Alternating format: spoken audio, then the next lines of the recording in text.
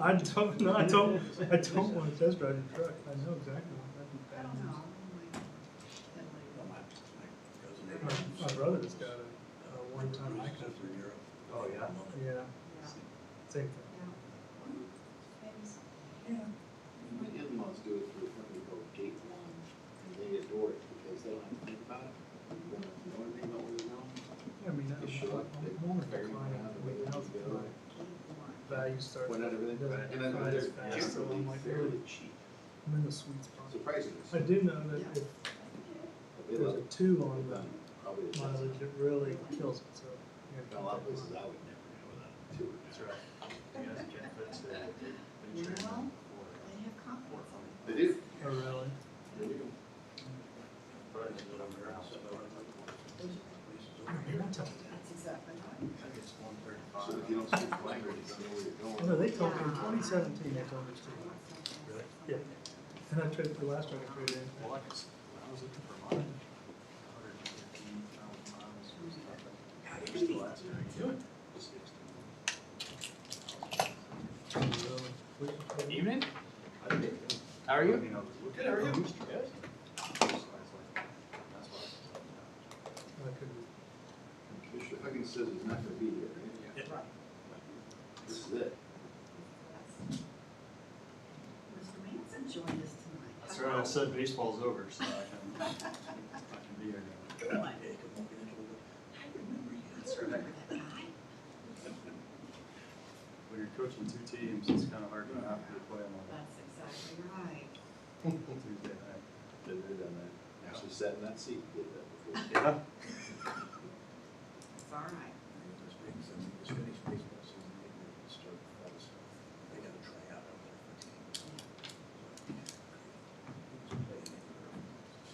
I think the only thing harder than coaches to get are the umpires. Yes, that It's is tough very to true. get umpires. That's always been true.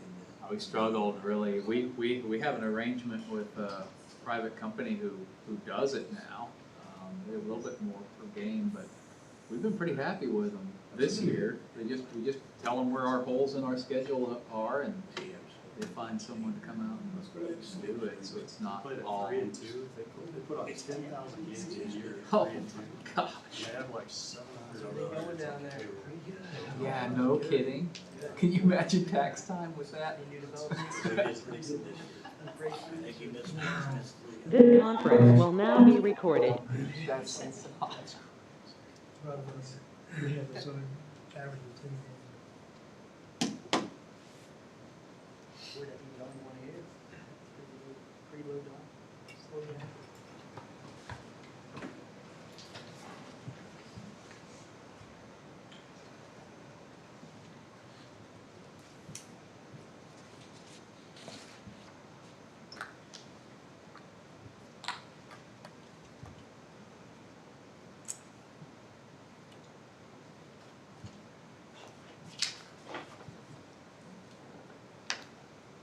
My clock says 6 o'clock. I'd like to call this meeting to order. Roll call.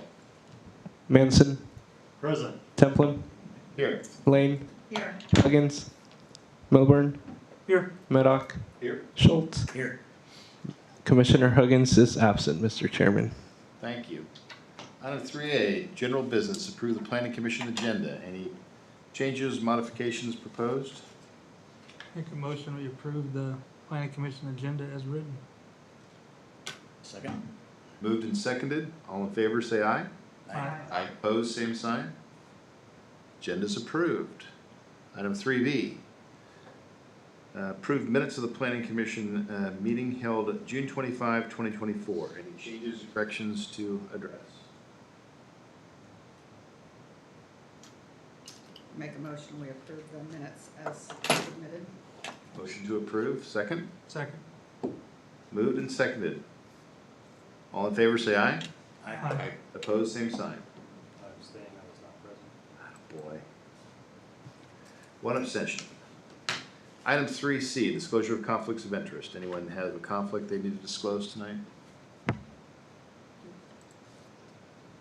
Seeing none. Item 3D, disclosure of outside communications regarding commission business. Anyone had discussions regarding the items on the agenda tonight with anybody outside? No. Okay. Item 4, call to the public. Members of the public who wish to address the planning commission regarding items not on the agenda may do so at this time. Any presentations for informational purposes only. No action will be taken. There's a 4-minute time limit. Anyone like to address the planning commission tonight? Seeing none, I assume we have no one online. No one online, that's correct. I will then close the call to the public. No public hearing items tonight, no old business tonight, so it leaves us with 7A, new business, discuss lot sizes for new and modified high-density residential district. All right, thank you, Mr. Chairman. So, we've talked about at several levels, affordable or at least attainable housing. And recently, we've been approached by several developers about a 50-foot wide lot. And that goes, really it's not anywhere mentioned that you can anywhere get any close to that in DeSoto, except for Old DeSoto if your lot was created prior to April of 1998. So that really doesn't leave any wiggle room at all for considering a change or allowing something smaller than a 65-foot wide lot. And there certainly is a trend with housing costs, high interest rates, to try to come up with a solution to single families. We've been approving multifamily, a lot of duplexes, but very little single family has hit the market just because the price point has to be around $500,000 before somebody can really make it work for the development community and also for the homeowner as well. So it's really just a really difficult thing that we've come up against in the last 5 years or so. So right now in DeSoto, we have 3 districts essentially, R1, R2, and we've got R2A and then R3. The R1 actually really is still it's a low density situation. It's typically still for large lots, subdivisions. It's kind of a strange category because we also have the RO, which are very similar in their nature. So then the next one up is the R2, and then we have R2A and R3. And I've included all of those information in your packet in addition to the RH, but I don't think there's really a lot that we can do in the RH district because it's pretty well built out. There's just not many lots, if any, remaining in these areas. So we really need to focus on the R2, the R2A, and even multifamily. And I had a brief discussion with Commissioner Milburn this morning, and he did provide this drawing for you all that I put in front of you to show the differences in how many lots you can get on a 500-foot cul-de-sac. It goes from 17 to 22 lots, which is a significant difference, allowing additional homes to be built, single-family homes. And we talked about whether we should be changing the R2A or the R2, and I'll let Justin talk a little bit more about that, his thoughts on those. But as I thought about this conversation, maybe we ought to consider changing the 50-foot wide lot for single family and the R2, the R2A, and the R3. Because we do allow in all our zoning districts, you can drop down. So in the R3 category, you can build duplexes and single family. In the R3, you can put a 60-foot wide lot. So we have some inconsistencies across the board. And so, and once again, this is all discussion items. You're ultimately going to make a recommendation to Mike and myself that we'll carry forward to the city council. But as you can see, there's a growing movement. Gardner's doing it. I had included pictures of houses, and you can see they're a little tight on the sides. But as I think about it myself, I say, what do you really use your side yard for? It's just an extra patch you got to mow, it seems like. But nonetheless, we've had this standard for many years in DeSoto. Many communities have had 60 and 65-foot wide lots for a long time, and it's now the time, I think, to relook at this in lieu of the fact that we don't have a lot of areas that are sewered in DeSoto. Costs to bring sewer, put in infrastructure are extremely high. Costs of building houses is extremely high. We're trying to find ways to encourage all areas of growth as far as housing, not just duplexes, not just multifamily, but it'd be nice to include some ways to get some smaller size lots for single-family development. In fact, a lot of the developers that we've shown have brought us plans that show R3, R2, and single-family, all in the same tract. And it just seems like it's time has come for us to make this determination whether or not we choose to reduce that lot width and lot size. As Mike's got up here, this is what Gardner has now adopted. And you can see they've got some down to even a 35-foot lot width with some setbacks. So that's, once again, you're looking at, but row houses are not uncommon. They're fairly prevalent, probably in the 40s and 50s, maybe even before that. So it's not like this is some sort of new idea. It's just time to come back around. We kind of went to this whole thing where you had to have a yard and all this elbow room, so to speak. But now it's the realities of costs and especially in DeSoto, just a lack of areas that have sanitary sewer available that make it difficult for people that can't afford a $500,000 house to have a house now. And just for instance, I bought my first house. It was a new house, just a split level in Gardner a little over 30 years ago. It was $65,000. And that was a brand new house on a cul-de-sac. It's probably 1,250 square feet. Now it's 5 times that, roughly, for the products that you're looking at in Gardner are in the low 300s for, I guess you would call that an entry-level house. There's no basements in these houses. They're 2 stories. So we're just trying to find ways to bring that cost into at least an attainable situation. Maybe not, I wouldn't want to call it low housing or anything like that, or low income, but it's certainly something that at least somebody has an opportunity to get to that point. Right now, there's nothing on the market. There's no way in DeSoto that we can even come close to those price points. If you recall the Possum Creek development where Joe Roy started, he started that in the low 300s, maybe it was maybe 295, somewhere around there. Then he ran into all sorts of rock and difficulties and challenges, and that price jumped up pretty quick. And those houses are now selling in the upper 3s, the resale ones. So we're hoping that we can work a good solution that works for the development community, but also something that we need to think about here in DeSoto, how we want our community to look in 10, 15, 20 years, and whether or not this is something we want to pursue. So with that, I will just open it up for any questions, comments you might have. I would like to, hopefully if we can kind of come to some sort of consensus, have a public hearing on this in our next meeting, and then ultimately get this to the city council in the second meeting in September. So with that, Mr. Chairman. Thank you. Questions for Brent? Yeah, I got some comments if you want to. I got a question before maybe we go there. So what areas of town do we have R2 zoning currently? Well, R2 is a lot of this started with the development Cottage Creek, which is over by Primrose. That's actually R2, and a lot of that is R2.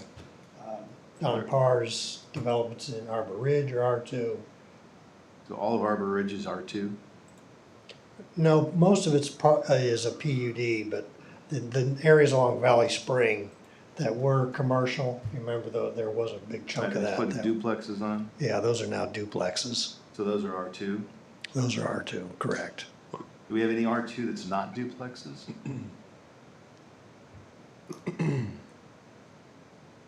Oh, yeah, we do. Well, yeah, the area Primrose, that whole area up by, I guess, to the east of Merck's campus and all that area up there. A lot of that is actually R2, but they're all single-family homes in there.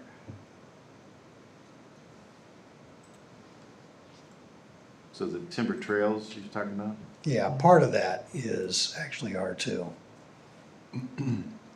What, just for reference, what color is R2 on this map? I'm trying to find out. This is not, these colors aren't It's hard to. That's his. Yeah, R2. it's, I can't tell the difference between R2 and R1. Let me find a better map. Okay. I think our zoning map, actually, the county helped me put that together, but it shows that differentiation. Brad, do we have any designated row housing now? No, we do not. Now, one thing that I'll say Don Parr did is fairly creative is the townhomes off of 90th Circle. And there are some duplexes and there are also some triplexes. He actually split the lots, did actually did lot line adjustments on those. So those are actually all individual units, even though there's a few that are three together. I think most of them are duplexes, but there are some threeplexes in there. And that was one thing I did want to bring up too, Brad. I spent a lot of time looking at this last night and over the weekend. See there, you can see on that zoning map, that shows that area's R2 right in there. Joanne's original plat was an R2. Correct. Yeah. Go ahead, I'm sorry. And, you know, I'm getting a lot of questions from developers too on how to help reduce these lot costs. And just like Brad was saying, construction costs are not going to go down. Land costs are not going down. The only way to bring lot costs down is to get more lots in a development. That's the only way to do it, to make these things more affordable. And I think that the numbers that Brad has brought to us, 50-foot wide, I think those are very reasonable numbers. I've done some developments with those lot widths, and they are working very well. So the 50-foot wide, 120-foot deep, that's 6,000 square foot. I think that's honestly a real good baseline to start from with that 5-foot setback. What I do want to point out, and Brad kind of mentioned it a little bit, I really think we should update the R2 zoning district and keep R2A as it is. Because it's subject to site plan review, which means if somebody wants to come in, a developer wants to come in here, and the developers are creative, they come up with different ideas. If we keep that open to site plan review, if they want to come in with a 40-foot wide lot, 45, you know, they could bring that in front of this commission, and, you know, we can review it at that time. So I think if we change the R2A to these requirements, I think we lose that kind of that planned development kind of classification that R2A is. So I think if we keep that, you know, R2 with the single and duplex, and then keep R2A with the 1, 2, 3, and 4 family. So if we take the 2 and the 4 family out of that R2A, then that would require a developer to come in with R3 if they want to build like what Don Parr did on the 90th Circle. So then that's just going to be a lot harder rezoning for that developer to get. So it kind of kicks the triplex and quadplex into a different category. Trying to think which ones you're talking about from 90th Circle. Well, the ones we just pointed out, because if the way that I would understand, I don't know how he did that, but I think Right, we have those to- are the ones off of, Those are the ones basically here. yeah, that, south of Dollar General. yeah, Yeah. actually might be Next to 90th this is Street and Lexington. 90th Oh, that old Country Village Lane or whatever it is, Country. Next to Sullivan Ridge. Yeah. So essentially, if a new developer came in and wanted to build just triplexes, then they'd have to request R3. And I think that's gonna be more difficult to get that approved. He could go in with R2A. If we keep the R2A as it is, and then just update R2.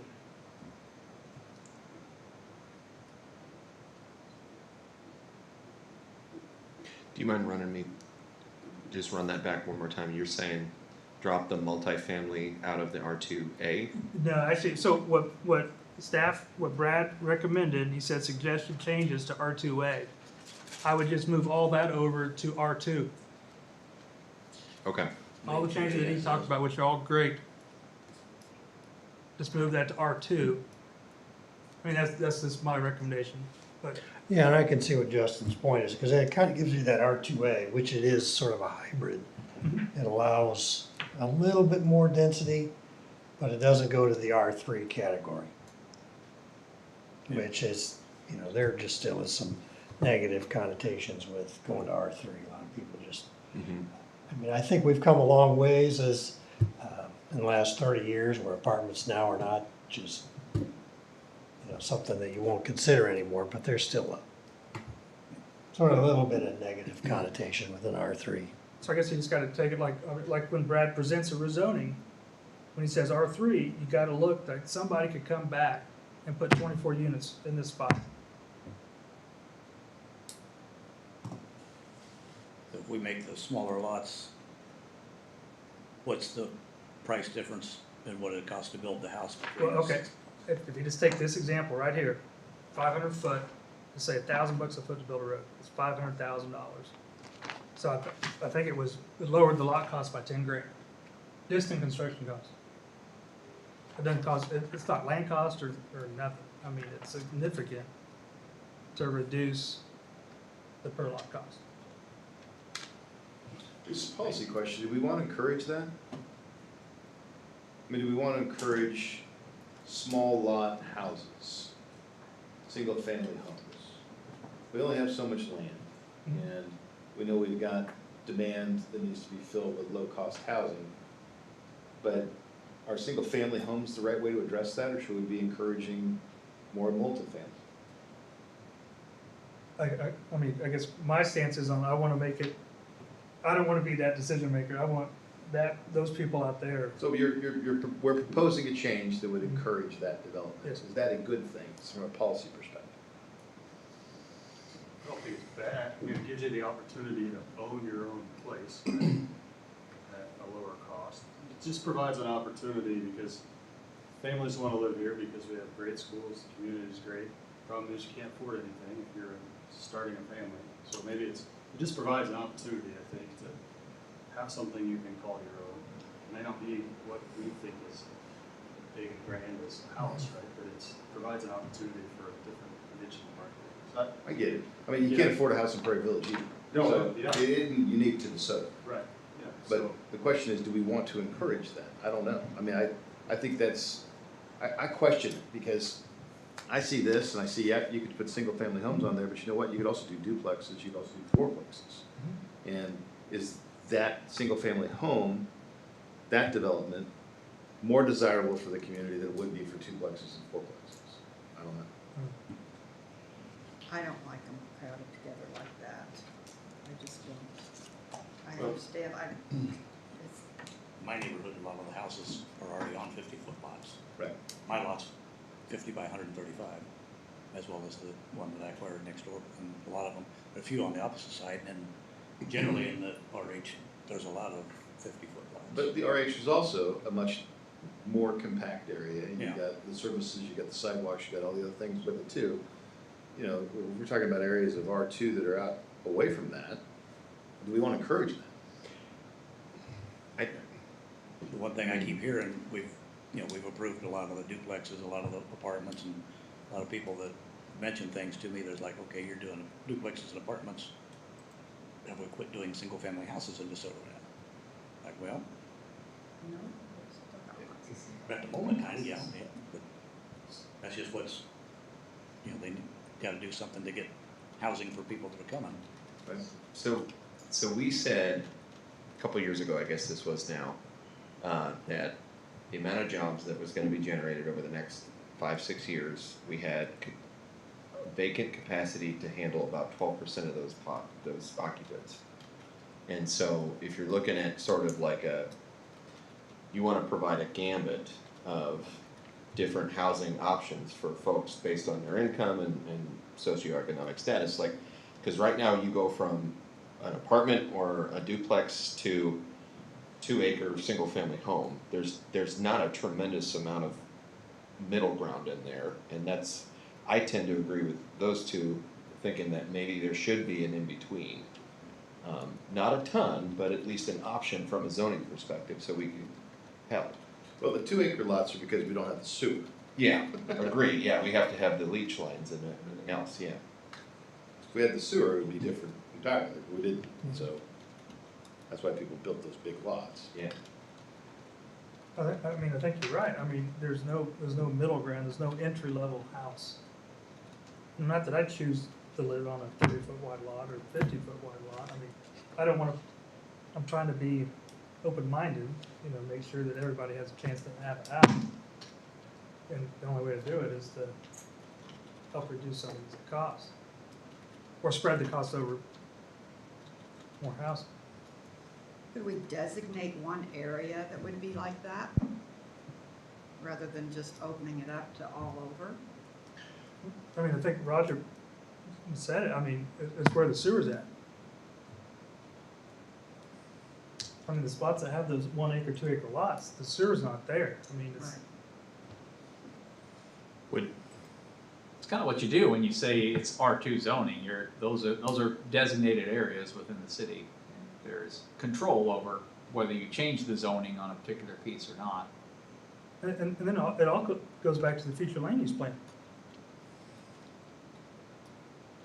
I mean, those spots out east that don't have the sewer, I mean, I'm not gonna say it's never gonna develop to R2, but Yeah, I'm not so much thinking about those, I'm thinking about the ones up by the plant and the open ground there that we're talking about. It's gonna have sewer and sewerable. And is that the kind of residential development we wanna encourage?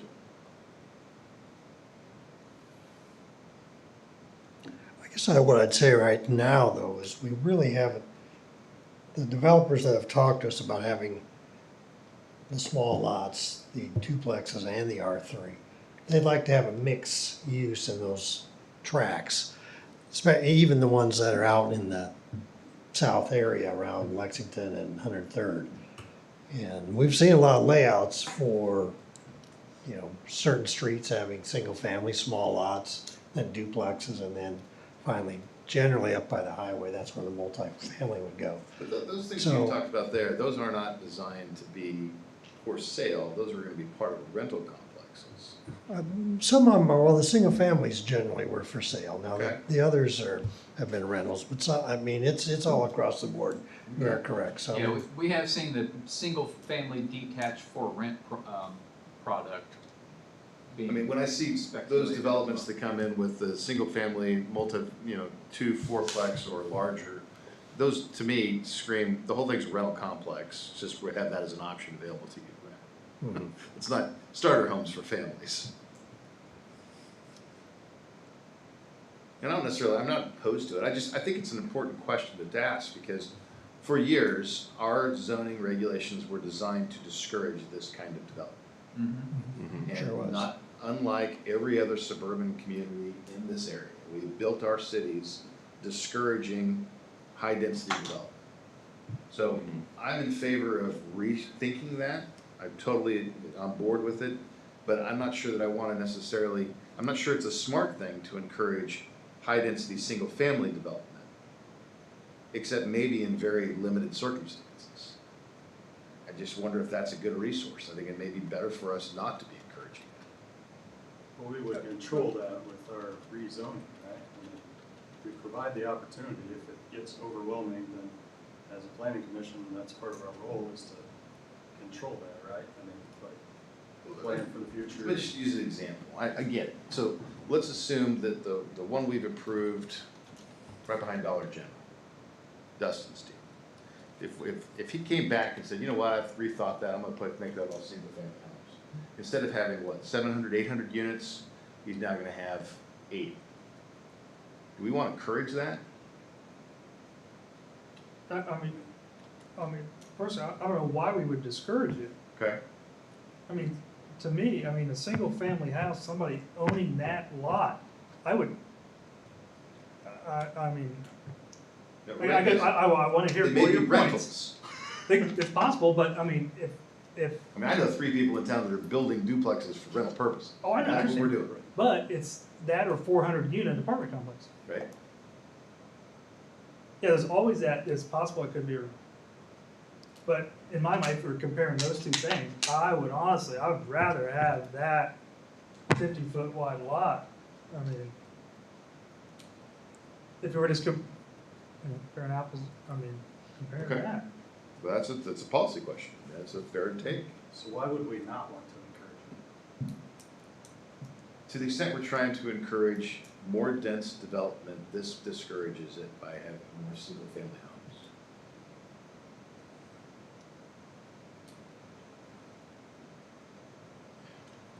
homes. I mean,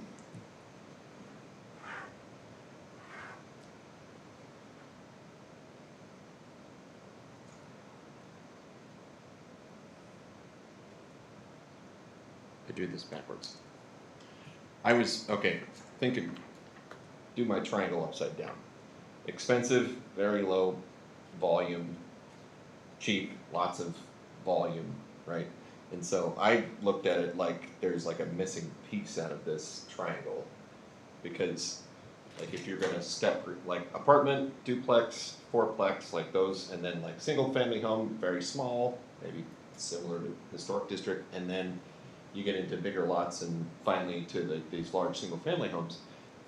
I'm not saying it's not, every point you're making is valid and makes sense, and every point that to me, I think if you offer the entire gambit of choices, then you're gonna be able to retain more of the folks that are working here versus living in some, an adjoining city of ours. Honestly, I think the changes that we're trying to make, it opens up more opportunity for people to build other options, to give people more options. I don't wanna say I hate to use the word, we're directing, I don't like directing. We have the future land use plan that we're following. We're trying to update our zoning to allow that. And then we just let those things be the guides. I would agree. Well, I think we are directing. I mean, I think that's part of what you do as planning, is that you're trying to either encourage or discourage certain kinds of development. And whether we want to encourage small lot, single-family development, I think is a great policy question. It's probably well above our pay grade. But it's one that just making this change because we can, and we're gonna address something that may be missing in the market, I think the bigger policy question is, do we want to? And that, I think, is a council question. And maybe nobody will bring it up to council, but I think it's worth talking about of whether we really want to encourage it. Because when you make these changes, you encourage people to use them. Fair. And my major fear with all of this is that we turn into a complete rental community for all of these new developments. And if it's going to be a rental community, having a rental community that's filled with 55 or 22 single home family homes versus a more intense residential development that's a rental development, to me, I would rather encourage that use of a more intense development if you're gonna make them rental properties as opposed to cracker box houses. I mean, to me, I think that's the wrong idea. But I understand it's a romantic idea to have affordable housing and more people are gonna buy these things. I think the simple truth is, most of the people that are developing these things are planning on renting, or they're gonna sell them to people that rent. But we don't know that. We don't, but what do we encourage? That's all. No, I understand. But I also don't think we should be the ones that discourage anything and trying something. I mean, it's happening in other places around the country like crazy. So it's not just something that's gonna be new to DeSoto and everybody's gonna come running. Like, I just read in a magazine from the National Association of Home Builders. This is the movement. Like, people are going to lots that have a house, no garage, no parking, to common parking areas and housing. People want their own place, but they don't want all the yard, they don't want all the stuff, they just want a house that's theirs, and then park their car somewhere else. So it's happening everywhere else. So it's not like we're not leading the pack like we need, so I want to discourage something like that. Okay, apart from the policy issue, then moving to the actual idea of the text amendment, your suggestion would be make the text amendment to R2, leave R2A alone. And then if, was R3 on the table? Well, actually, I think all of them are on the table, Brad. This all started with just the 50-foot wide lot, but, upon looking into our regs in the R3 district, if you want to have a single-family home, you can build a 60-foot wide lot if it's zoned R3. So I don't know if, once again, a lot of these proposals we've seen, and granted, they've just been sketch problems or layouts, but they'll show multifamily, a duplex area, and then they'll show a single-family area. It seems to me if you're gonna allow a 50-foot wide lot, you would want to have that 50-foot wide lot also in the R3 if you're gonna do it in R2. That's why I included the R3. You can, I highlighted that line in there that shows that there's a, it's kind of a little bit of an anomaly, but yeah, no lot which shall be less than 60 feet in width. Corner lot shall not be less than 75 feet in width.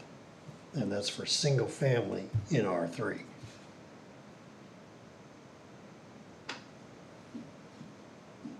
Well, I feel more comfortable leaving it in one area rather than making it broad all the way across. So I like the analogy that you gave, you guys, of filling in a spot where people could come in. But at the same time,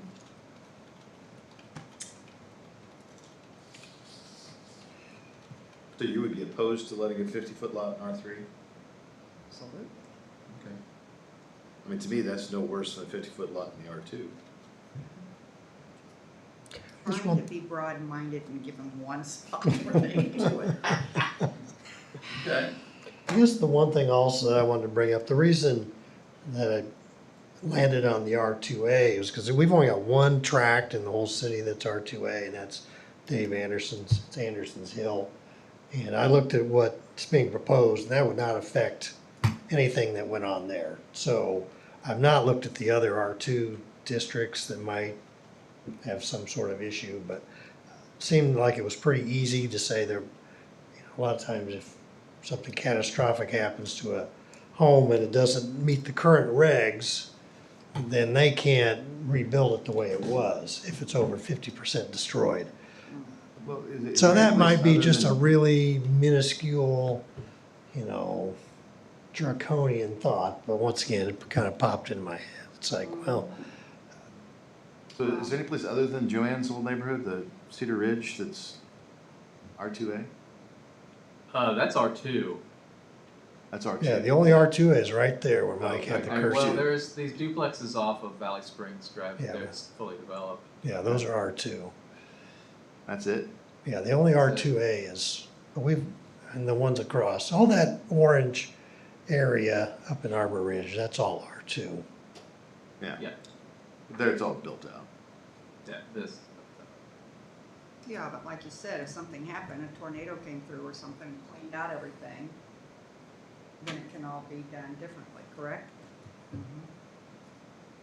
or yeah, and someone could buy 2 adjacent lots and conceivably make 3 lots out of that with a 50-foot width. Right. In spots, I think we're a long way from Yeah, the infill, Prairie Village. I mean, it's a policy question. The infill doesn't bother me at all. If it's an infill, I have no worries about that. What I worry about is open ground Right. and making a proliferation of really small houses that are just kind of stuck in a I agree. field. I just think that's wrong. Doesn't seem like a right use for the property.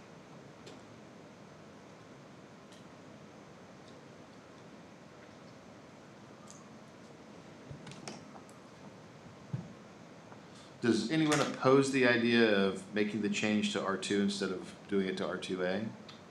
No. So I think that's one takeaway. Okay.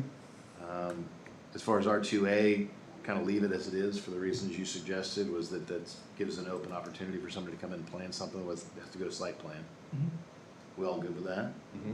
Okay. And then I guess the third question would be, do you want to change the lot sizes for single family and R3? And you've pretty clearly said you'd rather not. Is there any other strong feelings about that? And to me, I think that makes sense to at least see that. We can talk about it again when we see that, but I'd kind of like to see that be consistent. It's good enough for R2. I don't know why it wouldn't be good enough for R3.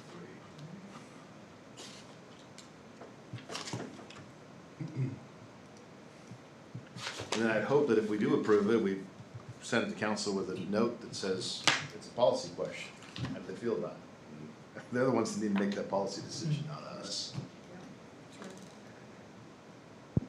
And I did want to point out, the council did have an informal discussion about this at their last meeting on Thursday.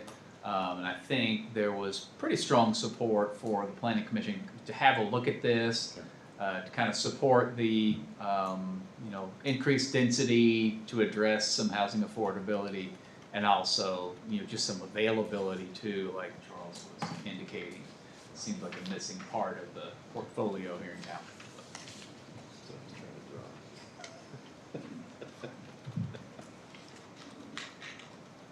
Okay, does that give you what you need, Brad? Yeah, it sure does. Appreciate the discussion. I guess, would you like to have a public hearing at the next, are you ready?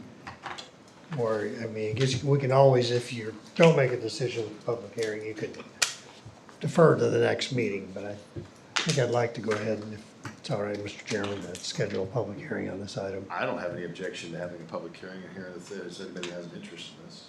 You guys good? Yeah. Okay, All right, thank you. thank you. Item 7B, presentation of the 83rd Street corridor study. Yes, commissioners, I think some of you are aware that we've been working on a planning level corridor study for 83rd Street. This is being funded mostly by the Mid-America Regional Council, who is the regional planning organization in the area. It's about a $200,000 study. Mark is funding $140,000 of that, and we're picking up the rest. Kimley Horn is the consultant on this, and they've been working since pretty much since the first of the year to identify just some future traffic volumes, to come up with some recommendations for future roadway widths, and just some very, I would call them largely schematic layouts on what the corridor is going to look like. The main concern obviously is 83rd Street starting at the eastern city limits, continuing until it turns into Lexington Avenue, and then Lexington Avenue until it hits K10. That corridor through there that really represents the only east-west connection in northwest Johnson County aside from K10. And so over the last 4 summers we've been, or 3 at least, we've been suffering with partial closures on K10 and people choosing this alternate route, and so we've seen the impacts of that. Those have been exacerbated by Panasonic construction traffic. There's almost 3,000 construction workers on that site each day. So we've seen it uptick already.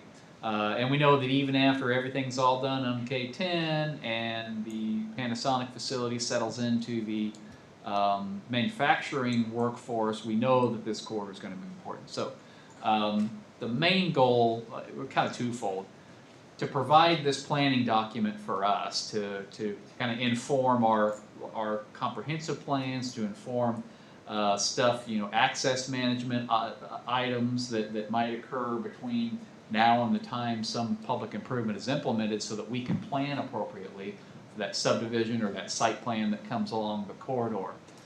The other side of this is that these types of planning studies are often the first kind of springboard to more detailed engineering studies, which are a springboard toward going and seeking outside funding sources, because this thing will not be cheap, and we're not going to want to pay for it all by ourselves. And it's pretty clear that it's going to be needed long term. So I know some of you have been engaged in that. I think all of you are aware of that process that's been going on. It was kind of a late addition to our agenda. We saw the light agenda for tonight, and I thought it was an opportunity to get this in front of you. The draft recommendations were presented to the City Council at their meeting last week. There were 3 or 4 areas that we wanted council feedback on, because there really wasn't consensus among the community, and there's not really an engineering, consensus one way or another. So we wanted to get feedback from the council. I'll step through some of those things quickly here tonight, but wanted to get this just in front of you as an FYI more than anything. And because it will kind of impact our work here as we look at revisions to the comprehensive plan or any sort of planning activities that go on. So take a look a little bit at some of the input that we've gotten from the public. So part of the effort was to get public input. We've had 2 open houses. One of them was back in February that had a really good turnout. Had it here in this room, and we should have had it down in the community center in the gym. We had, I don't know, more than 100 people come through that night. And then we had another one just last month in June that wasn't quite as well attended. But then in the time between that, we had opportunities for feedback, public opinion surveys, and then online feedback was provided. So the consultant at the council meeting wanted specific discussion, specific direction from the council regarding bicycle accommodations. We know that the 83rd Street specifically has a long and storied history on bicycles or no bicycles, and it's been quite controversial over the time. Similarly controversial are roundabouts, so feedback on that. And then there was some access management issues associated with a couple of properties right there by across from Arbor Ridge, and then the intersection at Lexington and Penner Avenue. So we'll just kind of step through those. Just quickly, like I mentioned, in February we had a public meeting. We also had some targeted stakeholder engagement. What the consultant did was kind of broke, the corridor is pretty diverse. You know, kind of goes from an urban sort of standard corridor when you're looking at the Commerce and K10, or Lexington Avenue and K10 interchange. It's kind of an urban section there up until really kind of all the way through to Kill Creek Road is sort of that urban section. And then it kind of transitions into more of a rural section. So targeted stakeholders based on kind of those 2 demographics, and reached out to property owners and interested parties like the school district and engineered air, just kind of some of those. Then we had some in-person public meetings and then online input as well. There were initially 2 cross-section concepts that were developed. One of them is a 4-lane boulevard type section, 2 lanes in each direction with a median and sidewalks kind of on both sides. Another was a 3-lane section with a center turn lane essentially, also sidewalks on both sides. There's right-of-way impacts. For the most part, the corridor, the right-of-way through the corridor varies, especially in the urban section between K10 and 83rd Street. It's all over. East of Kill Creek and the whole 83rd Street section, it tends to be a little more consistent at about 85 feet, or 80 foot wide. So those are the 2. On the public feedback, we asked the public's input, hey, do you want a big boulevard or do you want kind of a smaller road? Because what the consultant is seeing is traffic demand models throughout some sort of a 30 or 40 or 50-year planning time horizon. For the most part, the 3-lane section will accommodate the expected traffic impacts. So you kind of get the public's opinion on, do you want a 3-lane or the boulevard type, and you see it's pretty much split. They did ask for different sections of the corridor, so from K10 up to the railroad bridge, the overpass over Lexington Avenue there by Dollar General, that was kind of one section. They said, hey, focus on that section. What do you want, 3-lane or boulevard? It's split. For the next section between the railroad bridge and Kill Creek, that's kind of the Lexington Avenue part. Again, 3-lane option was more preferred there. I think maybe because it's already sort of a tighter corridor and there would be larger impacts on a 4-lane section there. And then east of Kill Creek, the 3-lane section kind of really won out as far as the public sentiment goes. They also tested bike level of stress, and this is kind of a comfortability factor, if that's even a word, about how bikers would feel riding on a bicycle on specific lanes of road. So on the little chart, I'm no expert on this, but you got the categories were the bicycle facilities. So you have Sharrows, which is essentially just nothing. It's just kind of some signs to say look out for bikes. There's an unprotected bike lane, which is kind of a 3-foot shoulder on the side of the road. There's buffered bike lanes, which are on the same pavement as the vehicles, but they have like a hatched area, and then separated bike lanes, which is a completely separate facility. And so you see kind of the high levels of stress that caused by intermingling with traffic, and as opposed to the lower levels of stress when you have shared youth. The consultant did have a specific recommendations on bicycle and pedestrian facilities, public opinion on the proposed or the existing facilities, which is essentially nothing. I mean, a good part of people either like that or love it, and it wasn't much different when on the proposed scenario. So public feedback wasn't a great indicator of that.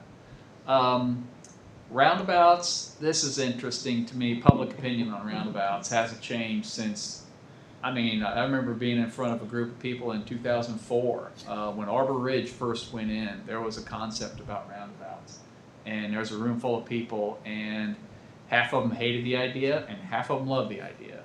And now it's 2024, it's 20 years later, we've got a roundabout in town, people have a lot more exposure to them. Still, half the people hate them, and half the people love it. So that's no help. I'm the first half. And I will say, because it's not in the this slide deck was prepared obviously by the consultant for the council.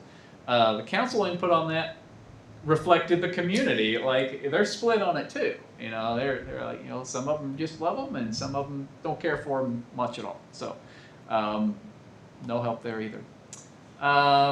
Talked about the June input meeting. That meeting really was pretty heavily attended. So you look at essentially the draft format of the study right now. Recommends kind of a division. There's part of the corridor that is recommending the 4-lane boulevard section, and part that's recommending the 3-lane section. The dividing line is Caress, actually, so just east of Corliss Road, somewhere in there between Corliss and Caress there, you transition from the 4-lane boulevard section, and as you head east, it goes to a 3-lane section. So we'll step through that. I won't belabor it here, but this first slide shows 91st Street and Lexington Avenue. That existing roundabout would be widened slightly, really to kind of match the new 4-lane section. That carries through to the railroad bridge. Oops, sorry. Here then the transition is actually at the railroad bridge. The railroad bridge, then you transition to a 3-lane section, kind of through this portion that goes from that railroad bridge up to 83rd Street, and then that 3-lane section carries on. This is Caress Street right here at the west end. And then as it heads down, Gardner Road is just off the map here. This is where it transitions even further from the 3-lane section down actually to a 2-lane section. And on here it's a little bit hard to see, but there are bike lanes, buffered bike lanes here on both sides, obviously. Interestingly enough, the 3-lane section, the proposal is not to have a designated striped bike lane on the 3-lane section. The consultant's suggestion was that bikers, you're over the road, you're serious bikers, they're not going to be on the sidewalk, they're not going to be on a multi-use, but they're going to be in the travel lane. But a 3-lane section allows for passing to occur without the vehicle passing, coming onto oncoming traffic. In this section between the railroad bridge and Caress, the sight lines are a little better, except for maybe one exception. Sight lines are a little better to be able to do that. But then here from Caress on, there is a dedicated bike lane because you don't have that 3rd lane in between, and because sight lines aren't good moving forward. So that was just a summary of some public input there. I think this was after the June meeting, so it wasn't a whole lot of time. A public meeting, not a whole lot of input there. So when you talk about bicycle accommodations, so I kind of tried to describe the Sharrows. This is the least intense. This is just essentially share the road signage. There's unprotected bike lanes. This is what's actually being installed on the portion of Lexington Avenue and 103rd Street that KDOT's doing now. That 4-lane boulevard section, unprotected bike lane, just with the stripe in the middle. The next step is buffered bike lane, where you have, this is usually a 4 to 6 to maybe sometimes 8 foot wide strip where it's kind of a no man's land. Then you go up to the protected bike lane where there's some sort of physical barrier. Here you got the delineator, sometimes a curb there. And then you would go to a shared use path, which would be off. Again, the shared use path, you're not going to get all the bicycling community. The bicycling community, the bicycle enthusiasts will not use shared use paths. They're going to want to be on lane. But the recreational bikes for pedestrian access and connectivity, the kids that are going to school, they're going to be on that facility. Again, bike level of stress, I don't want to go a whole lot into it. The council input was sought because, you know, the question was, do you want to maintain an on-the-road bicycle facility throughout the corridor? The short answer was yes. The council said, for that 3-lane section where you're not showing that on-road bicycle lane, we know it's going to widen the pavement. We know there may be some right-of-way issues. We know it'll increase cost, but we think it's important to provide that full connection, the unabridged kind of connection for that on-street. So that was essentially the consensus of the council on that issue. The next was roundabouts. So there's several roundabouts that are proposed in the preferred alternatives. One's at 91st Street, right there where the existing one is. The next is at the East Y. So the East Y here shows this roundabout here. The existing connection is here. Early input we had from neighbors up in this way. I think they had the roundabout up in here. It's far more impactful to those neighbors. This slides it east, it slides it west to have less of an impact. It makes this connection here to Kaw Avenue kind of weird there. So there was some thought about, this is City Park, we could maybe move this a little further west and extend the street, you know, connect to Kaw through the park somehow. There's some work to be done here.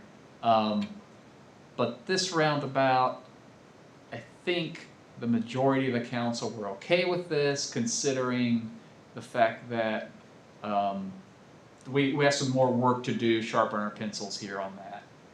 The next one is at Kill Creek and 83rd. Pretty logical spot for a roundabout consideration there. This one got support from all but one council member. Waverly Road was the next. Again, supported from all but one council member.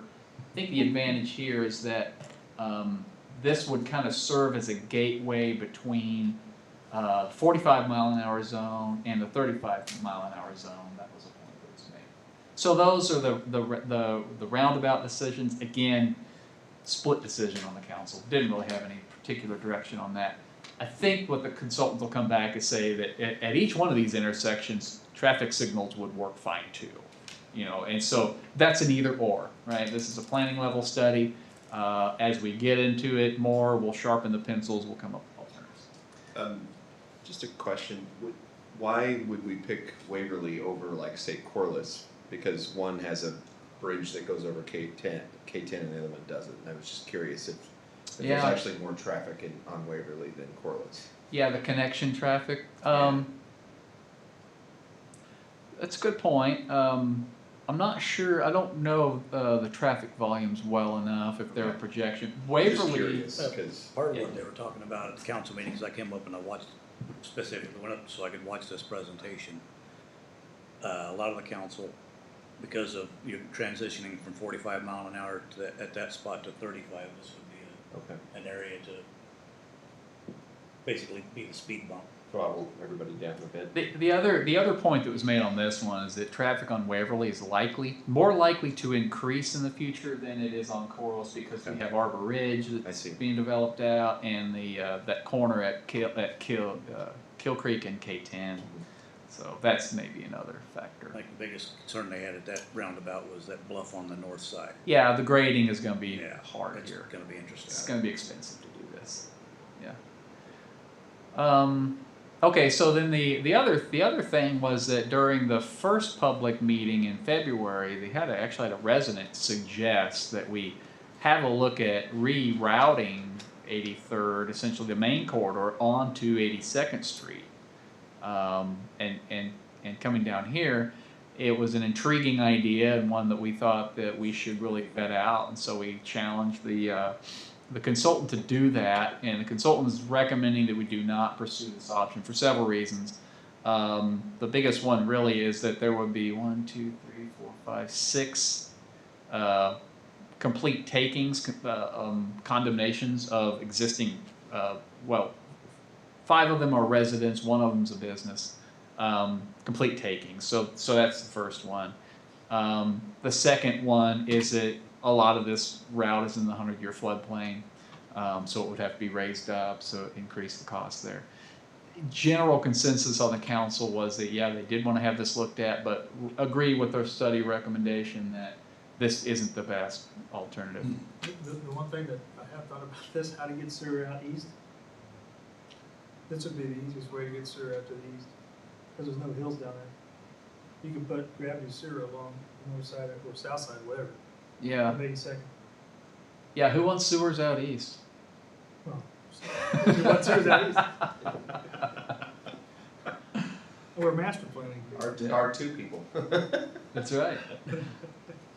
Sorry about Yeah, that's a good point.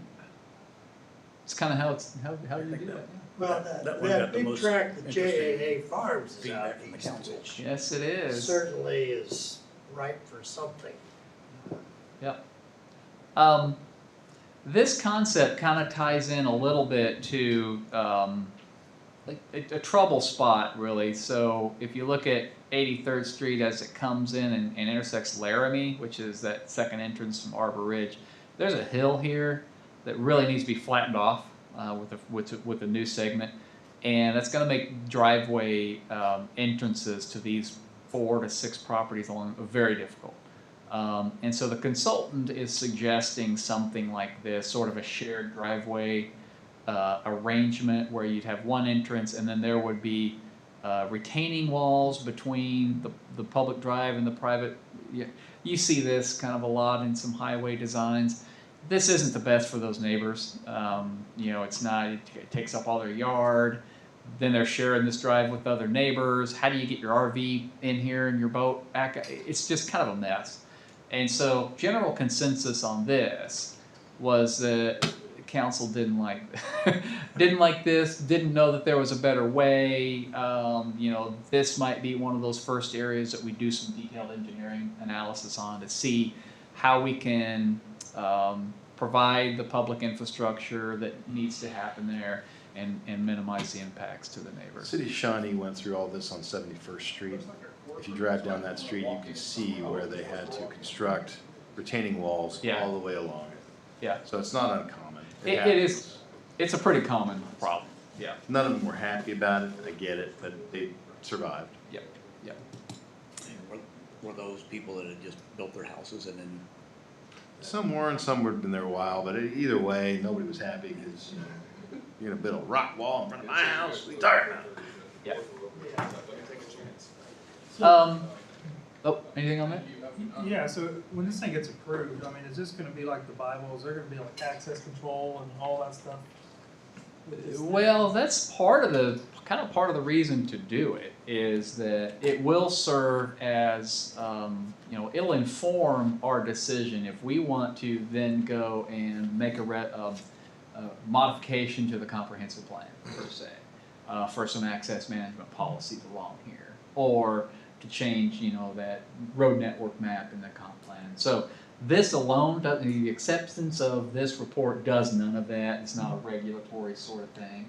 But it does, if we had this 10 years ago when those houses were being built, it could have informed the decision on whether or not you want to have access to that 83rd Street area. I mean, this is the exact sort of thing that this solves in 100 other locations along this corridor.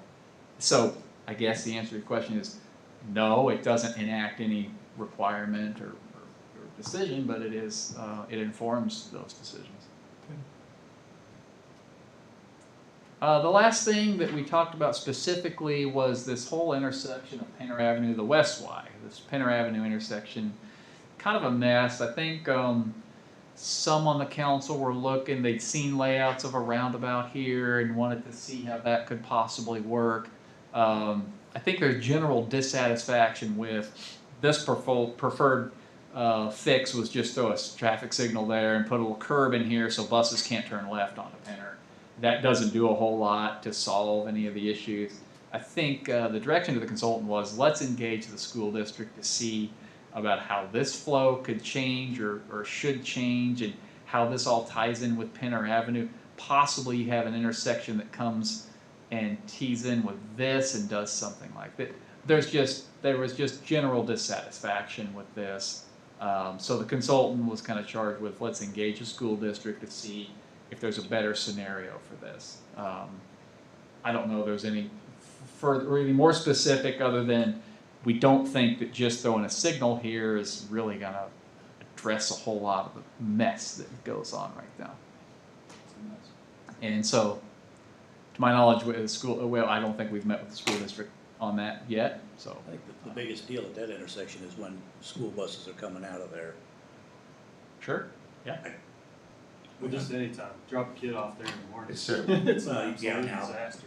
Yeah. Well, and the neighbors, the people that live along there, says, you can't get out of there. Well, You better plan on a half an hour to get out of your driveway.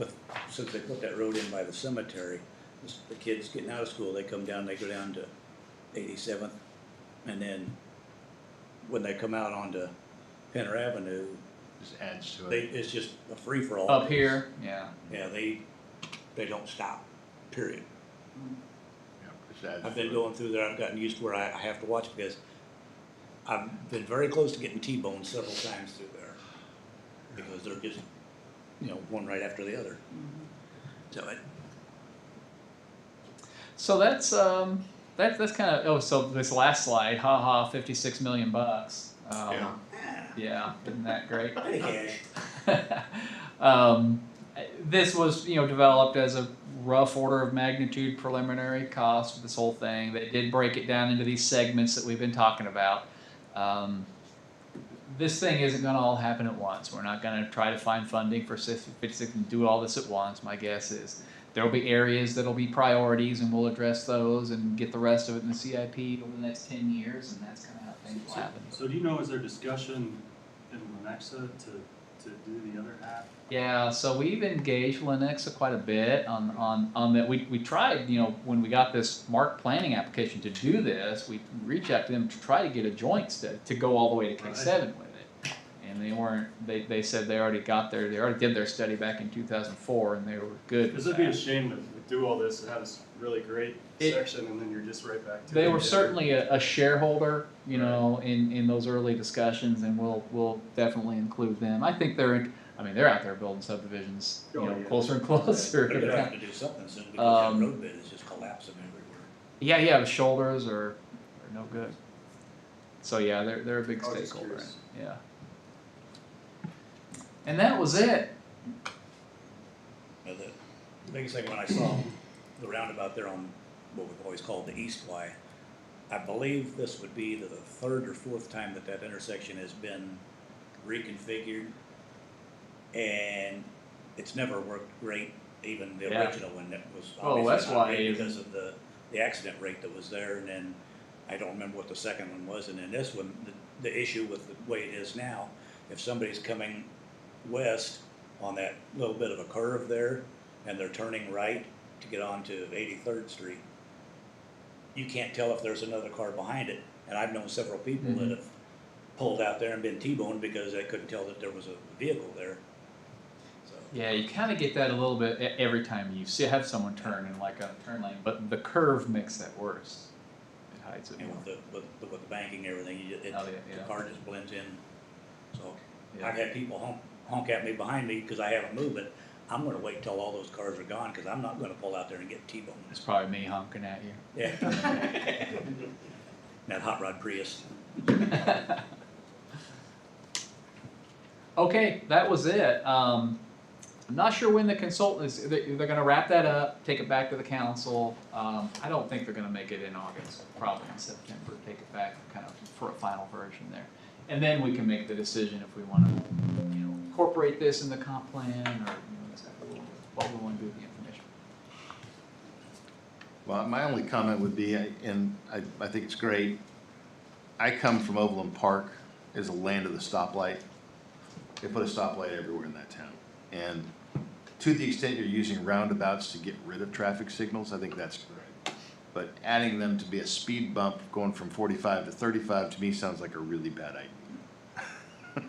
That'd be my only 2 cents on that. And that was just, I mean, if it was needed to replace a traffic signal, because we have enough traffic coming down Waverly that we can have to signalize it, well, that's different, but, that was just the, watching the yeah. input from the council. I would suggest go back and watch the meeting, because it was pretty well, I've got 2.5 pages of stuff that I wrote down just from watching. Yeah, the consultant did a way better job at presenting this than I did. but I'm cheaper. Well, I mean, I'm always reminded every time we go down, Keep date. go down Brenner Road, that you've got circle Oh, up, yeah, circle no, up, circle, and it's- none of those needed traffic signals. No, that was We just put them there because they were intersections. that was gluttony. That's what Yeah. that is. On the existing roundabout, they were talking about widening that thing. Did they take into account the KDOT's plans for that area when, like, their double diverging diamond and whatever the hell else they came up with? You know, one of the KDOT scenarios will work just fine for sure. The other one, you're blowing up the whole I think world they for came up with blocks. some very intriguing, interesting proposals on that. whole Answer the question, no, this didn't really try to tie in any of that KDOT. I'd hate to throw a whole bunch of money into something like that and then have to tear it out and redo it again. Yep. Okay. Okay, you. thank you, commissioners. I got one question on what about the Flint building that's like complete, but there's no sanitary sewer service? How does that work? Oh, they're working on it. I'm just curious, like, you got a complete building and no sanitary sewer service. Yeah, so the line's built, the force main's done, the lift station is under construction. Right.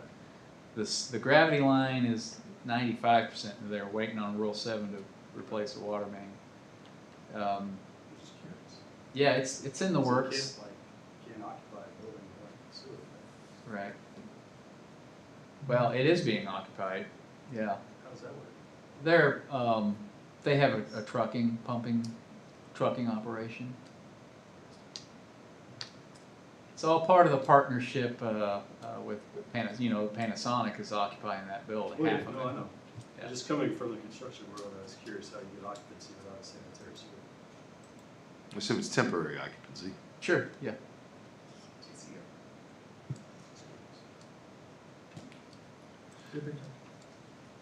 Anything else? We've completed the agenda. Motion? Motion to adjourn? Moved and seconded. Thank you very much for coming.